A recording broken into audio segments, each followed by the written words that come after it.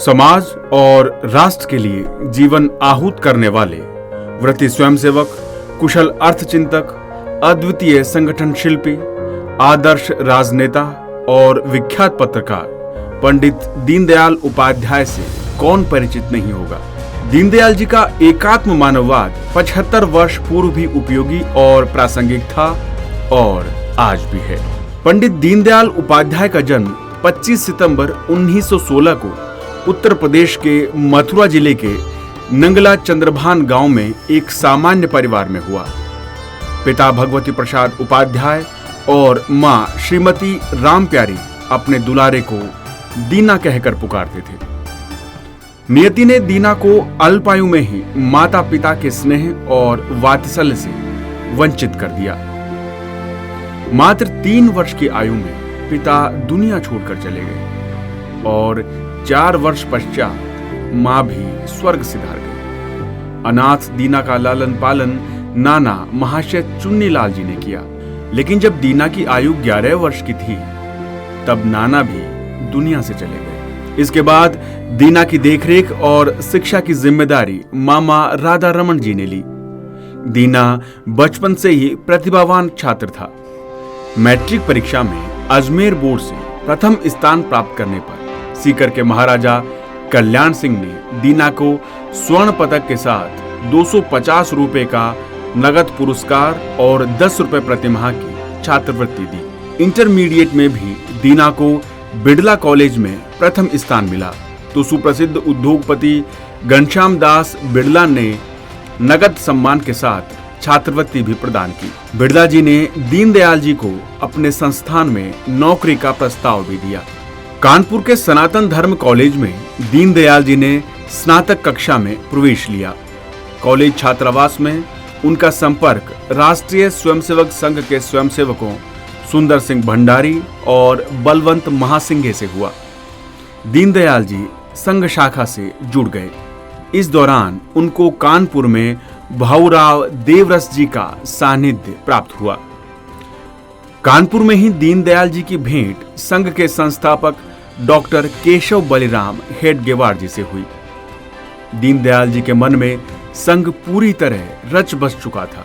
घनश्याम दास बिड़ला के नौकरी के प्रस्ताव को विनम्रता से अस्वीकार करने के बाद प्रशासनिक सेवा में भी चयन हुआ, किंतु दीनदयाल जी ने संघ के माध्यम से अपना जीवन देश को समर्पित करने का निश्चय कर लिया। वर्ष 1937 में संघ शिक्षा प्रथम वर्ष और 1942 में द्वितीय वर्ष का प्रशिक्षण प्राप्त करने के बाद दीनदयाल जी को लखीमपुर जिले के संघ प्रचारक का दायित्व मिला। 1945 में दीनदयाल जी उत्तर प्रदेश के सह प्रांत प्रचारक बने और उन्होंने राष्ट्र धर्म और 5 जन्य जैसी राष्ट्रीय विचार वाली पत्रिकाओं का प्रकाशन प्रारंभ किया। दीनदयाल जी ने सम्राट चंद्रगुप्त, जगत गुरु शंकराचार्य, अखंड भारत क्यों, भारतीय अर्थनीति की दिशा, राष्ट्र जीवन की समस्याएं, एकात्म मानववाद, लोकमान्य तिलक की राजनीति, जनसंघ सिद्धांत और नीति, हमारा कश्मीर, भारतीय राष्ट्रीय धारा का पुनः प्रवाह, भारतीय संविधान पर एक दृष्टि आदि पुस्तकें रची, जो संस्कृति, परंपरा, शिक्षा, इतिहास, अर्थशास्त्र और राजनीति सभी क्षेत्रों का स्पर्श करती हैं। संघ संस्थापक डॉक्टर हेडगेवार पर मराठी में लिखी 500 पृष्ठ की कृति का हिंदी में अनुवाद कर दीनदयाल जी ने स्वयं सेवकों के लिए राष्ट्र सेवा का ज्ञान कोश तैयार किया।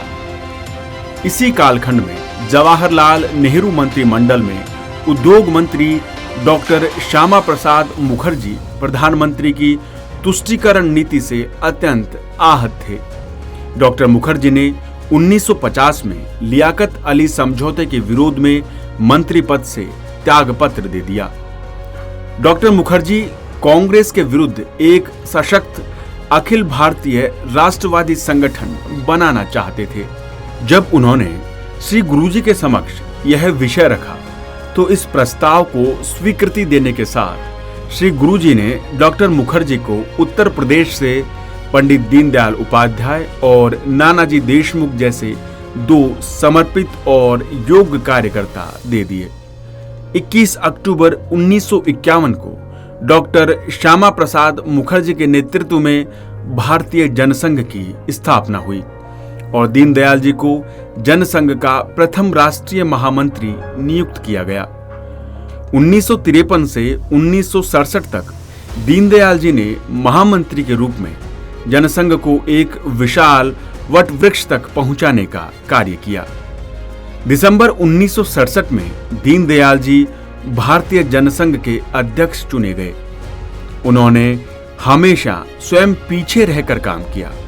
वे कभी संसद सदस्य नहीं बने, लेकिन वे अनेक सुयोग्य संसद सदस्यों के निर्माता थे और उस वैचारिक अधिष्ठान की धुरी।